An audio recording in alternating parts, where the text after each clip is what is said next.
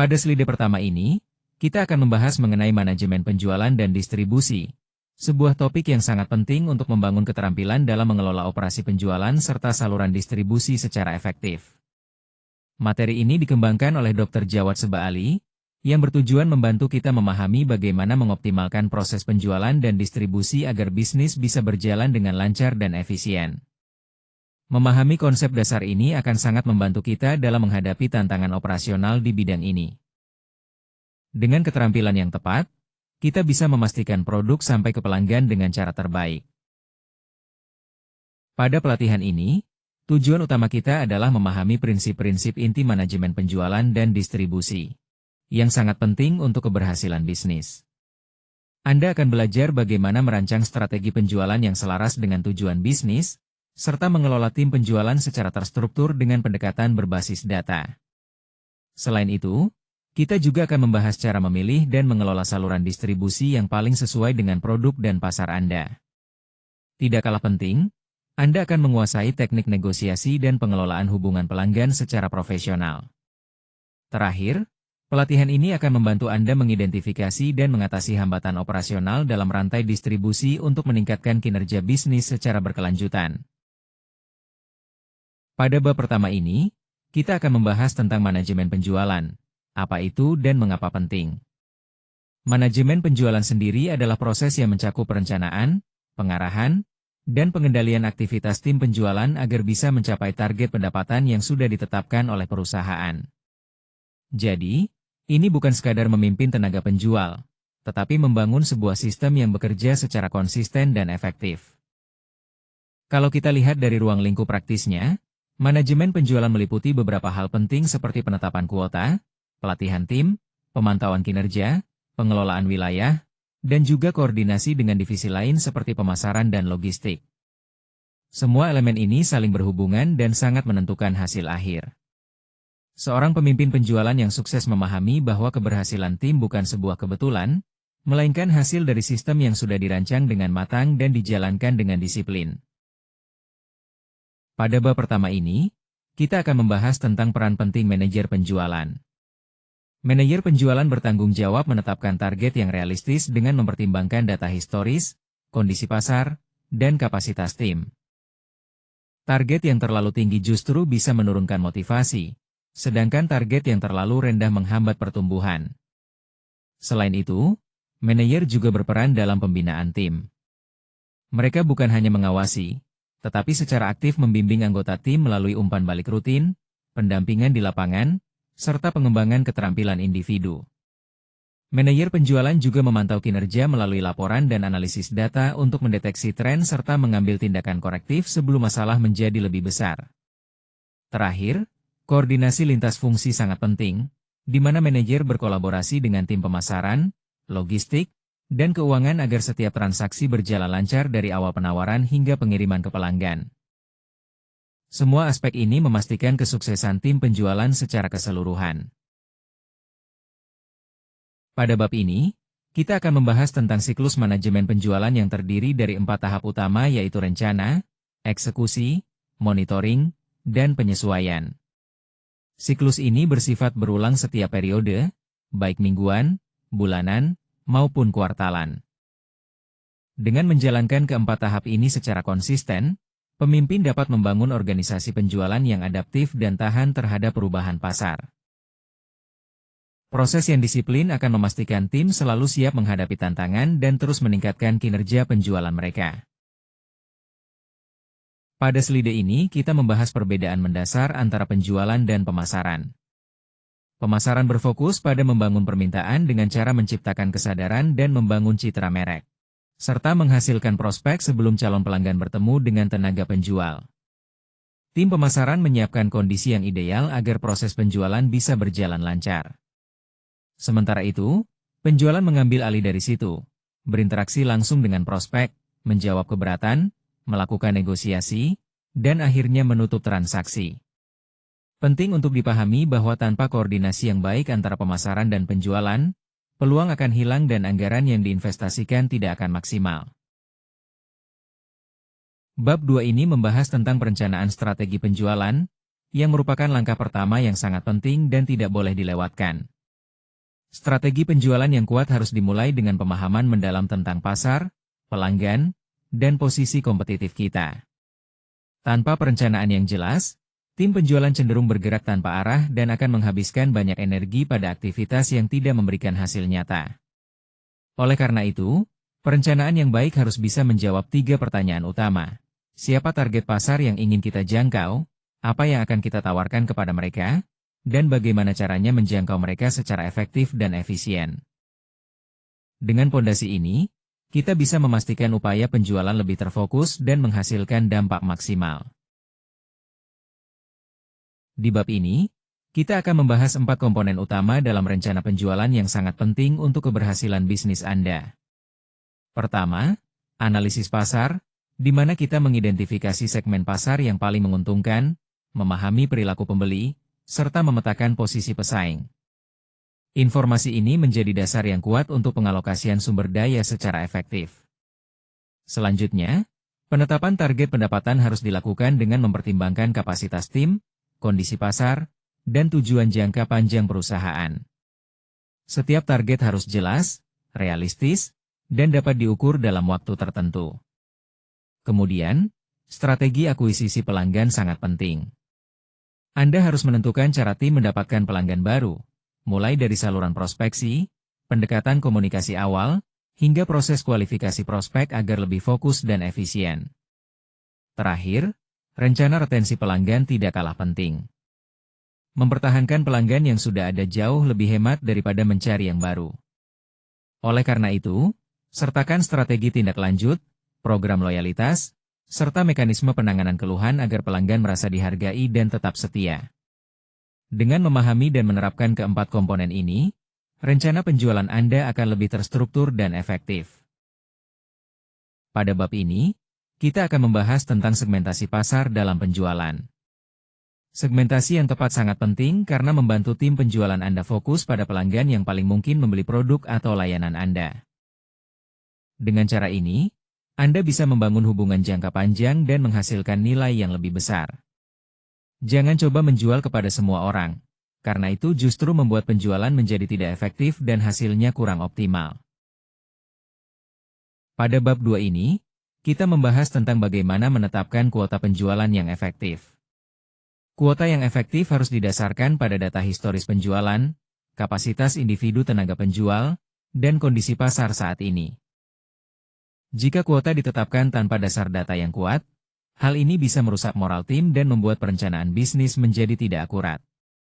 Selain itu, sangat penting untuk melibatkan manajer lini pertama dalam proses penetapan kuota karena mereka memiliki informasi lapangan yang seringkali tidak terlihat oleh manajemen tingkat atas. Selanjutnya, ada beberapa jenis kuota penjualan yang perlu diperhatikan.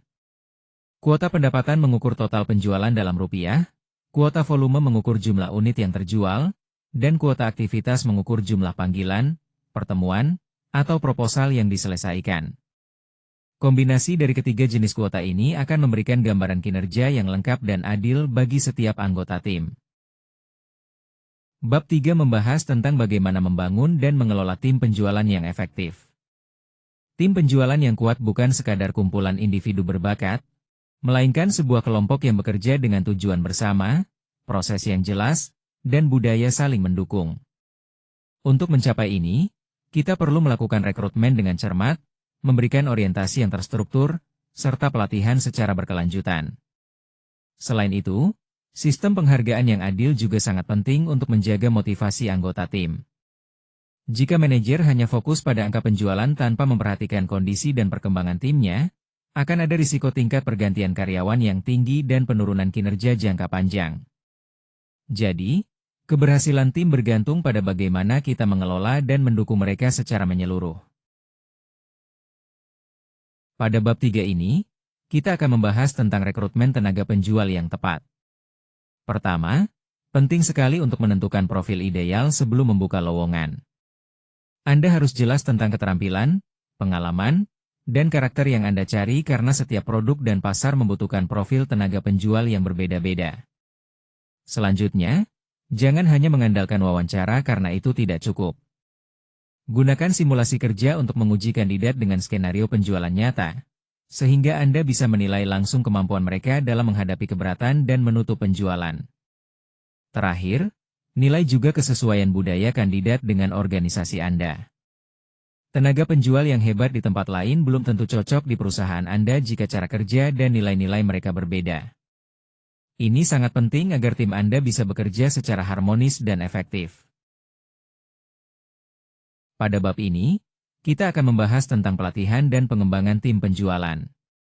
Pertama, orientasi yang terstruktur sangat penting bagi tenaga penjual baru. Agar mereka benar-benar memahami produk, proses, pelanggan, dan budaya perusahaan sebelum terjun ke lapangan. Dengan program orientasi yang baik, waktu yang dibutuhkan untuk mencapai produktivitas penuh bisa dipersingkat. Jangan pernah melempar tenaga penjual baru ke lapangan tanpa persiapan yang cukup, karena kesan pertama kepada pelanggan sangat menentukan dan sulit diperbaiki. Selanjutnya, pelatihan berkelanjutan juga menjadi kunci. Pelatihan bukan hanya acara sekali saja, melainkan sebuah proses yang harus terus berjalan seiring perubahan pasar dan perkembangan produk. Jadwalkan sesi pelatihan rutin yang tidak hanya memberikan pembaruan produk, tapi juga meliputi simulasi skenario penjualan yang menantang serta berbagi praktik terbaik dari anggota tim yang lebih berpengalaman. Bahkan, pembelajaran dari rekan sejawat seringkali lebih efektif dibanding pelatihan formal. Dengan pendekatan ini, tim penjualan dapat terus berkembang dan beradaptasi dengan cepat. Pada bab 3 ini, kita akan membahas tentang sistem insentif dan motivasi tim.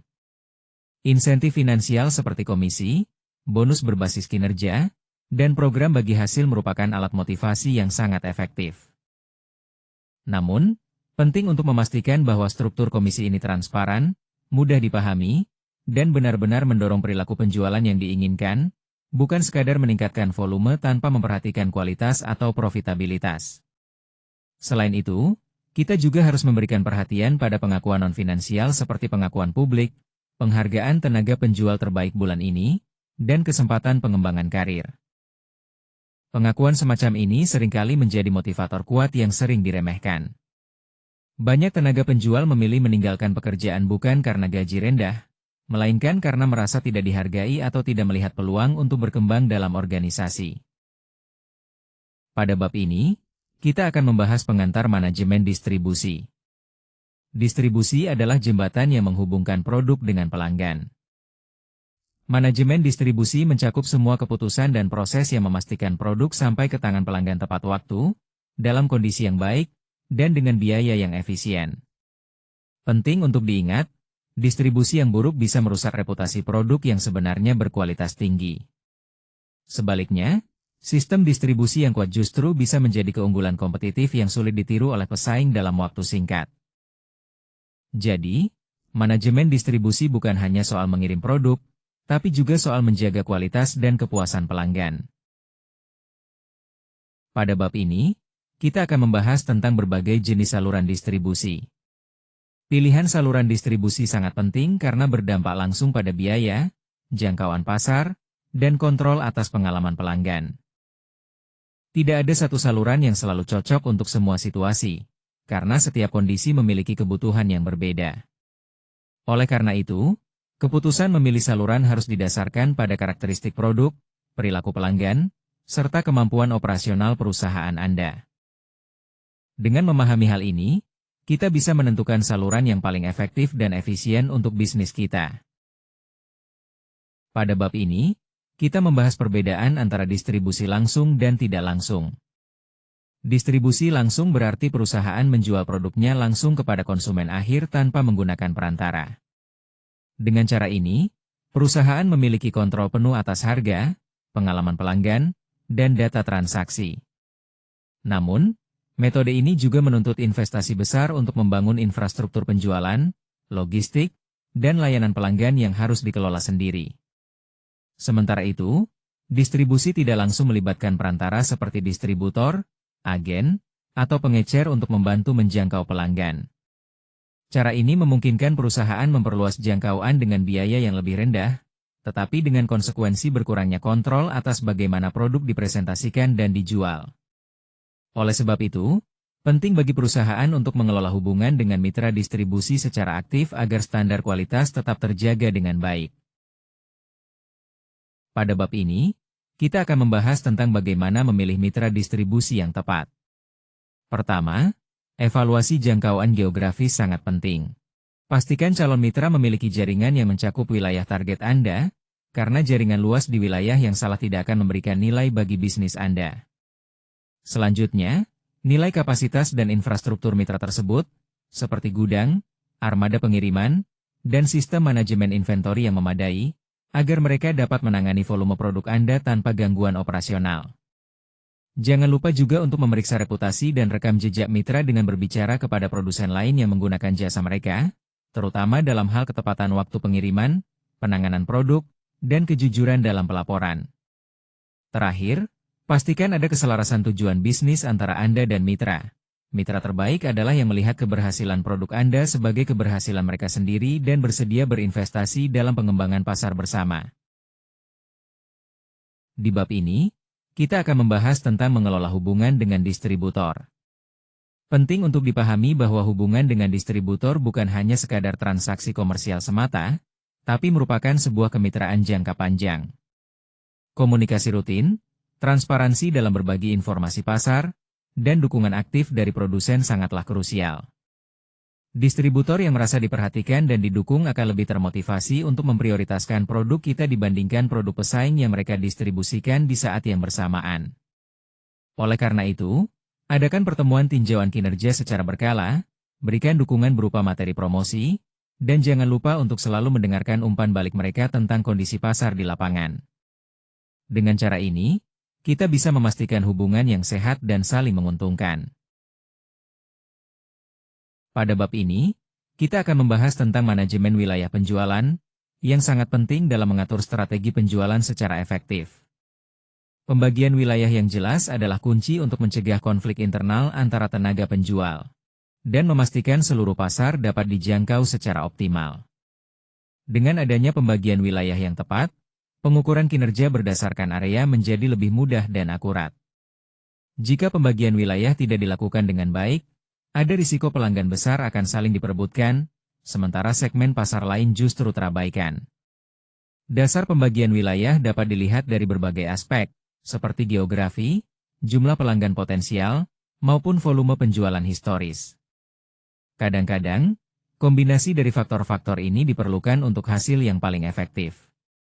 Hal yang perlu diingat adalah memastikan beban kerja antar wilayah harus seimbang agar tidak ada tenaga penjual yang kelebihan beban dan yang lain kekurangan peluang. Selain itu, pembagian wilayah perlu ditinjau dan disesuaikan secara berkala sesuai dengan pertumbuhan dan dinamika bisnis kita. Pada bab ini, kita akan membahas tentang pengelolaan inventory dalam distribusi. Pertama, penting untuk melakukan proyeksi permintaan dengan menggunakan data penjualan historis dan tren musiman. Proyeksi yang akurat sangat krusial untuk menghindari kekurangan stok yang bisa mengecewakan pelanggan dan juga mencegah kelebihan stok yang mengikat modal kerja Anda. Selanjutnya, kita harus menjaga keseimbangan stok dengan mempertahankan tingkat yang memungkinkan pemenuhan permintaan normal, sekaligus menyediakan buffer untuk lonjakan permintaan yang tak terduga. Terlalu banyak stok bisa membebani arus kas, sementara terlalu sedikit stok dapat menyebabkan kehilangan penjualan. Terakhir, investasi pada sistem pelacakan real-time adalah langkah penting. Dengan sistem manajemen inventory yang memberikan visibilitas real-time di setiap titik distribusi, kita dapat membuat keputusan yang cepat dan tepat berdasarkan informasi yang akurat dan tepat waktu. Semua ini bersama-sama akan meningkatkan efisiensi dan efektivitas distribusi inventory. Pada bab ini, kita akan membahas teknologi dalam manajemen distribusi, yang sangat penting untuk efisiensi operasional.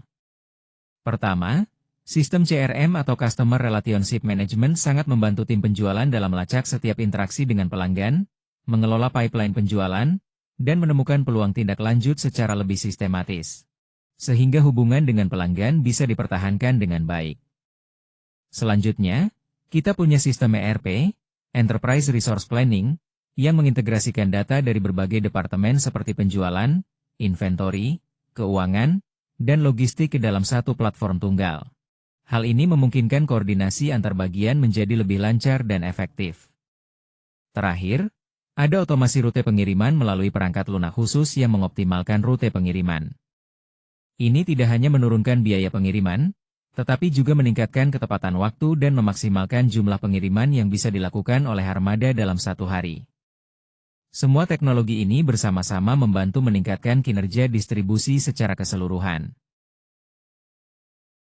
Di bab 6 ini, kita akan membahas tentang teknik negosiasi dalam penjualan. Negosiasi bukanlah pertarungan, melainkan proses untuk menemukan kesepakatan yang menguntungkan kedua pihak. Penting untuk diingat bahwa negosiasi yang efektif dimulai jauh sebelum pertemuan itu sendiri. Anda harus memahami kebutuhan dan prioritas calon pembeli, mengetahui batas konsesi yang bisa Anda berikan, dan mempersiapkan alternatif jika kesepakatan tidak tercapai. Mengandalkan diskon harga sebagai senjata utama dalam negosiasi justru dapat merusak profitabilitas dan menciptakan ekspektasi yang tidak realistis di masa depan. Pada bab 6 ini, kita akan membahas prinsip-prinsip negosiasi yang efektif. Pertama, persiapan sangat penting sebelum masuk ke meja negosiasi. Anda harus benar-benar meneliti kebutuhan pelanggan, memahami nilai tawaran Anda, dan menentukan titik walkaway agar siap menghadapi berbagai situasi. Selanjutnya, mendengarkan aktif menjadi kunci. Biarkan pelanggan berbicara lebih banyak dan perhatikan baik-baik apa yang mereka katakan maupun yang tidak mereka ungkapkan. Informasi ini akan memberikan Anda keunggulan dalam negosiasi. Ketiga, fokuslah untuk menawarkan nilai bukan hanya diskon. Sebelum menurunkan harga, coba eksplorasi apa saja yang bisa ditambahkan untuk meningkatkan nilai tawaran tanpa mengorbankan margin keuntungan. Terakhir, selalu tutup negosiasi dengan konfirmasi tertulis. Ini penting agar setiap kesepakatan jelas dan menghindari miskomunikasi di masa depan. Dengan prinsip-prinsip ini, negosiasi Anda akan jauh lebih efektif dan sukses. Di bab ini, kita akan membahas tentang menangani keberatan pelanggan, yang sebenarnya merupakan sinyal minat.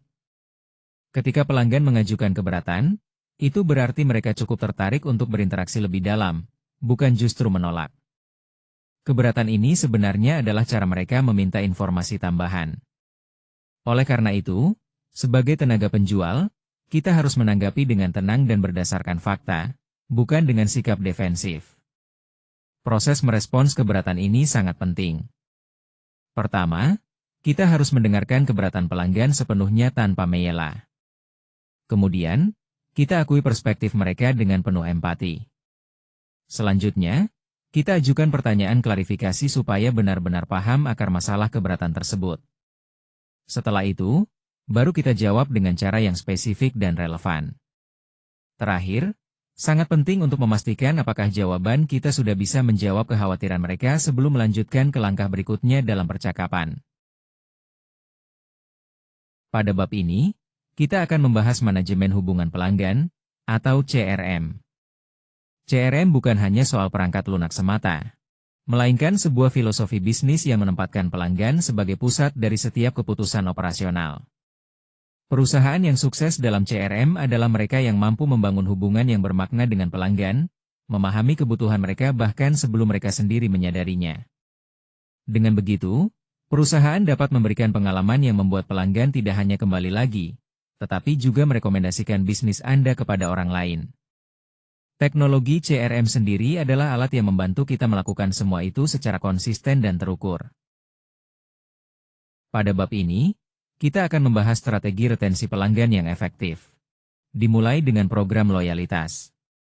Program ini bertujuan memberikan penghargaan kepada pelanggan setia melalui manfaat yang nyata, bukan hanya poin yang sulit ditukarkan. Dengan begitu, pelanggan merasa dihargai dan cenderung bertahan lebih lama serta melakukan pembelian lebih sering. Selanjutnya, layanan purna jual sangat penting untuk memastikan pelanggan mendapatkan dukungan setelah pembelian. Respons yang cepat terhadap keluhan dan masalah teknis menjadi pembeda utama di pasar yang sangat kompetitif. Terakhir, mekanisme umpan balik membantu kita memahami pengalaman pelanggan dan mencari tahu apa yang bisa ditingkatkan. Ketika pelanggan merasa didengar, mereka jauh lebih kecil kemungkinannya beralih ke pesaing, meskipun menghadapi kendala. Pada bab ini, kita akan membahas tentang nilai seumur hidup pelanggan atau Customer Lifetime Value. CLV adalah total pendapatan yang bisa kita harapkan dari seorang pelanggan selama hubungan bisnis berlangsung.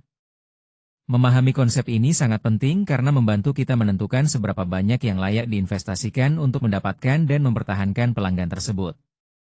Pelanggan dengan CLV tinggi tentu membutuhkan perhatian dan layanan yang lebih personal agar hubungan bisnis bisa terus bertahan.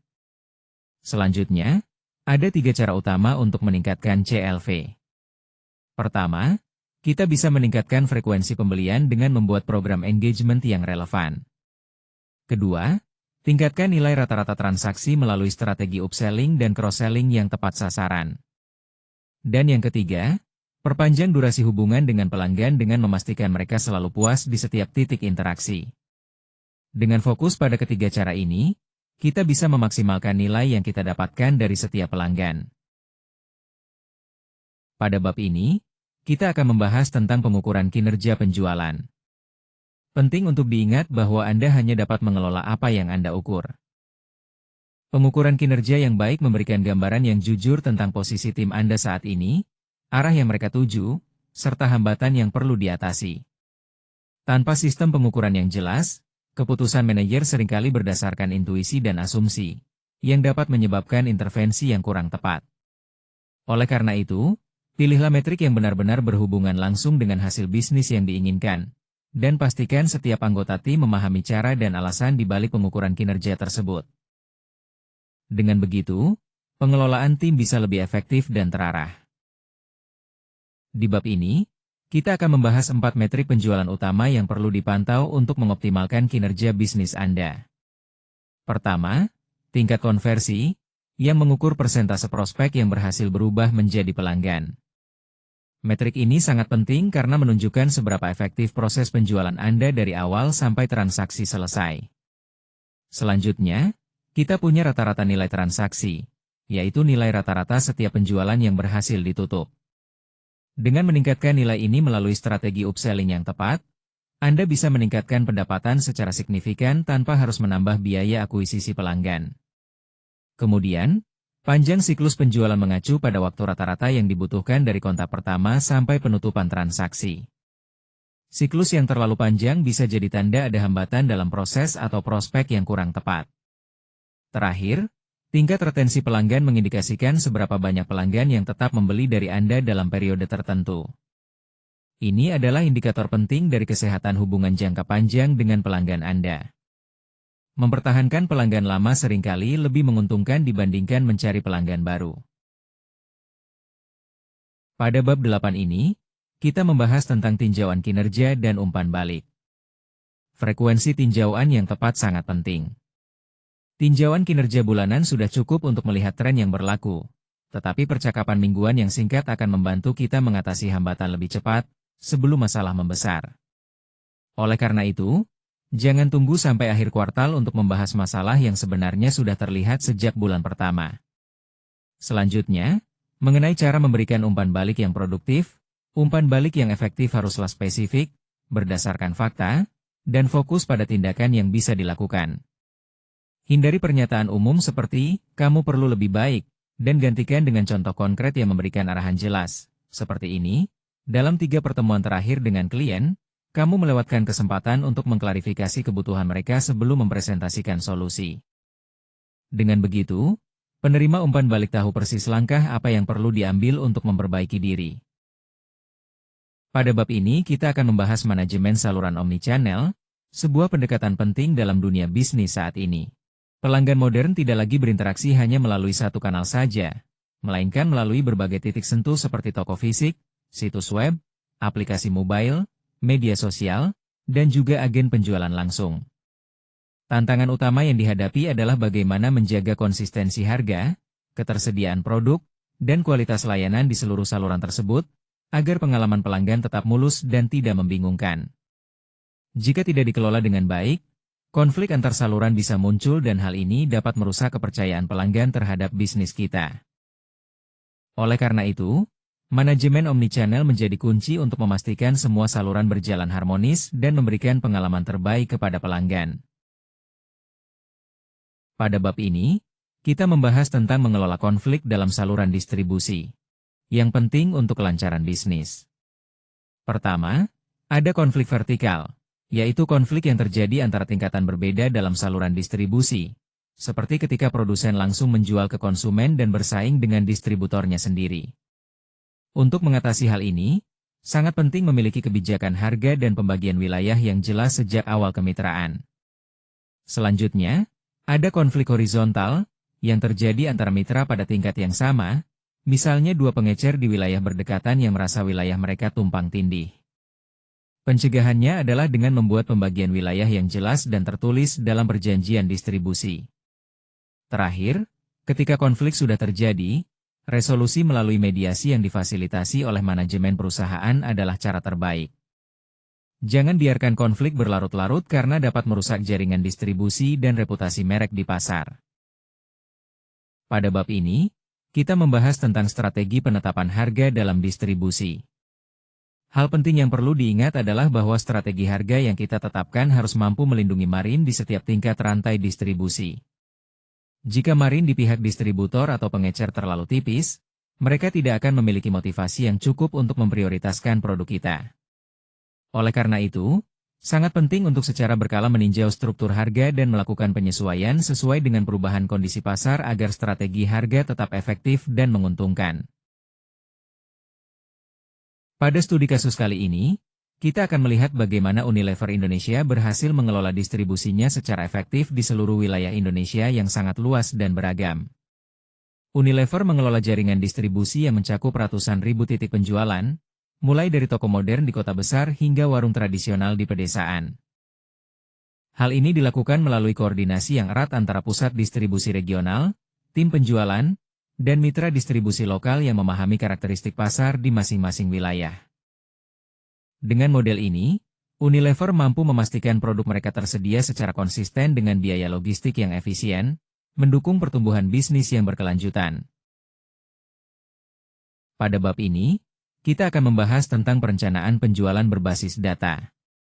Data penjualan histori sebenarnya adalah aset yang sering diabaikan, padahal di dalamnya tersimpan banyak informasi penting seperti pola pembelian pelanggan, tren musiman, dan kinerja produk di berbagai wilayah.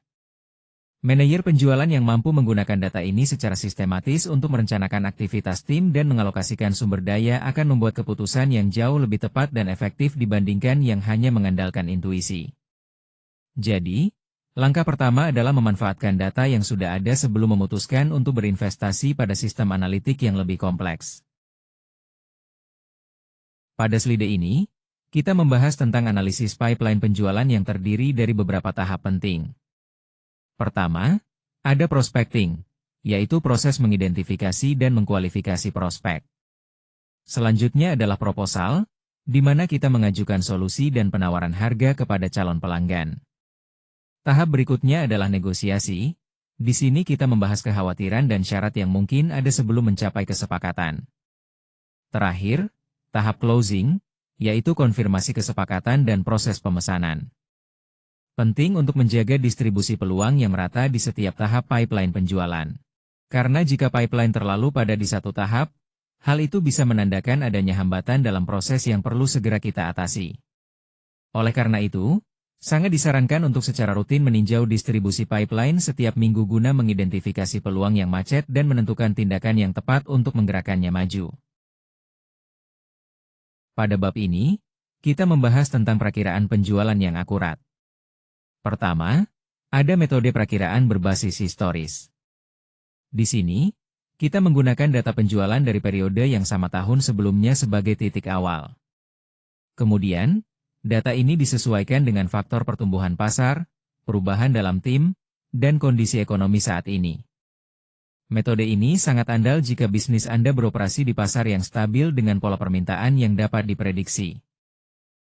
Selanjutnya, ada metode perakiraan berbasis pipeline. Dalam metode ini, kita menghitung probabilitas penutupan untuk setiap peluang dalam pipeline berdasarkan tahap proses, ukuran transaksi, dan karakteristik pelanggan. Setelah itu, nilai-nilai ini dijumlahkan secara berbobot untuk mendapatkan proyeksi pendapatan yang lebih akurat. Metode ini lebih responsif terhadap perubahan kondisi pasar dibandingkan hanya mengandalkan data historis saja.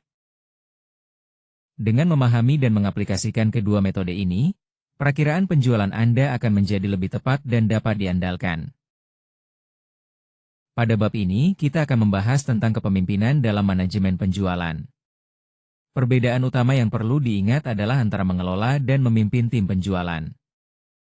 Mengelola berarti memastikan semua proses berjalan sesuai rencana, sementara memimpin lebih tentang menginspirasi tim untuk memberikan yang terbaik, bahkan saat menghadapi tantangan.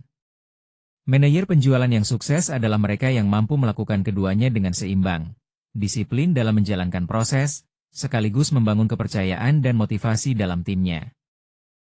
Ingat, kepemimpinan yang efektif tidak hanya muncul dari instruksi verbal, tapi dari contoh nyata yang diberikan setiap hari. Pada bab ini, kita membahas keterampilan kepemimpinan yang sangat penting untuk manajer penjualan. Pertama, mendengarkan dengan tujuan sangat krusial, empasis. Seorang pemimpin yang baik tidak hanya mendengar untuk merespons, tapi benar-benar memahami apa yang diceritakan oleh timnya. Oleh karena itu, menjadwalkan sesi satu-satu secara rutin akan membantu kita mengetahui tantangan yang dihadapi oleh anggota tim di lapangan. Selanjutnya, dalam pengambilan keputusan yang tegas, manajer penjualan harus mampu membuat keputusan cepat di bawah tekanan. Yang penting adalah mengumpulkan informasi yang relevan dan berkonsultasi dengan pihak terkait sebelum mengambil keputusan. Keraguan yang berlarut-larut justru lebih merugikan daripada keputusan yang tidak sempurna. Terakhir, soal akuntabilitas yang adil, kita harus memastikan anggota tim bertanggung jawab atas hasil mereka, namun juga memberikan sumber daya dan dukungan yang memadai. Akuntabilitas tanpa dukungan justru bisa menjadi beban, bukan cara manajemen yang efektif. Di bab ini, kita akan membahas tentang bagaimana membangun budaya kinerja tinggi, empasis, dalam sebuah tim atau organisasi. Pertama, penting untuk menetapkan standar tinggi dengan jelas, artinya setiap anggota tim harus tahu dengan tepat apa yang diharapkan dari mereka dalam kinerja, perilaku, dan nilai-nilai profesional. Selain itu, memberikan dukungan nyata kepada tim sangat krusial. Pastikan mereka memiliki alat, pelatihan, serta akses mudah ke manajer untuk membantu mencapai standar yang sudah ditetapkan. Pengakuan atas pencapaian juga tidak kalah penting. Rayakan keberhasilan secara publik dan konsisten karena pengakuan yang tulus dan tepat waktu ini akan memperkuat perilaku positif yang ingin kita lihat berulang kali dalam tim. Terakhir, dorong perbaikan berkelanjutan dengan menciptakan lingkungan yang menerima kesalahan sebagai kesempatan belajar dan bagian dari pertumbuhan profesional, bukan sesuatu yang harus disembunyikan. Dengan cara ini, budaya kinerja tinggi bisa berkembang secara berkelanjutan. Di bab ini, kita akan membahas beberapa tantangan umum dalam manajemen penjualan dan distribusi yang sering dihadapi. Pertama, turnover tenaga penjual yang tinggi. Bisa menjadi masalah besar karena tidak hanya mengganggu kelangsungan hubungan dengan pelanggan, tetapi juga menimbulkan biaya tinggi untuk rekrutmen dan pelatihan berulang. Penyebab utamanya biasanya adalah sistem insentif yang tidak adil dan kurangnya dukungan manajemen. Selanjutnya, gangguan rantai pasokan juga menjadi hambatan signifikan. Keterlambatan pengiriman atau kekurangan bahan baku bisa membuat kita gagal memenuhi janji kepada pelanggan. Oleh karena itu, penting untuk memiliki rencana kontingensi dan berhubungan dengan beberapa pemasok agar risiko ini bisa diminimalisir. Terakhir, tekanan harga dari pesaing seringkali membuat manajer penjualan merasa harus menurunkan harga secara agresif.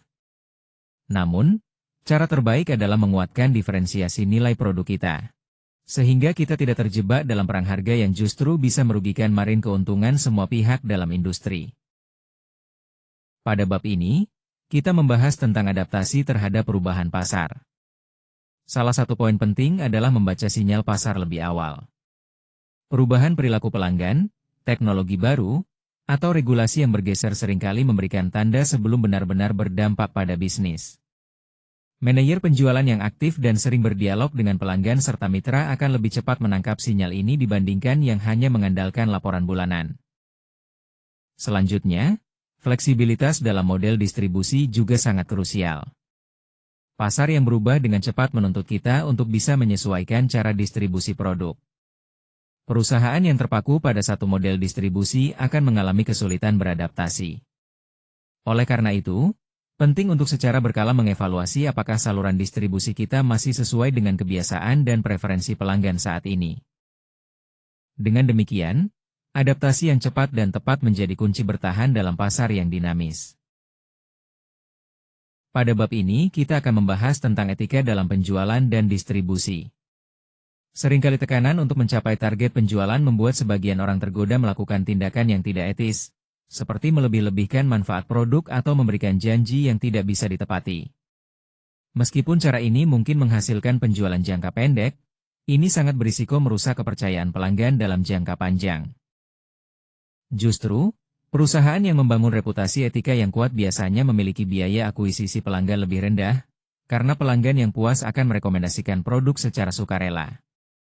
Oleh karena itu, sangat penting bagi perusahaan untuk membangun budaya penjualan yang mengedepankan kejujuran dan integritas, bukan hanya sekadar pencapaian angka penjualan semata. Pada ringkasan ini, kita melihat 3 poin pembelajaran utama yang sangat penting. Pertama, manajemen penjualan yang efektif tidak hanya soal menjual produk, tapi juga mencakup perencanaan strategis yang matang, pembangunan tim yang solid, serta penetapan kuota yang didasarkan pada data akurat.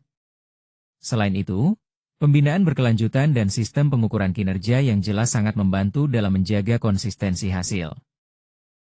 Selanjutnya, dalam manajemen distribusi, penting untuk memilih saluran distribusi yang sesuai dengan karakteristik produk dan gaya pelanggan kita.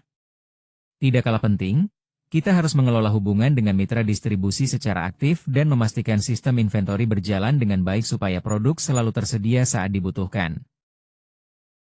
Terakhir, tentang kepemimpinan dan etika, pemimpin penjualan yang sukses menggabungkan disiplin proses dengan kepemimpinan yang menginspirasi. Membangun budaya kerja yang berbasis integritas adalah kunci, karena kepercayaan adalah aset bisnis yang paling berharga sekaligus paling sulit untuk dipulihkan jika rusak.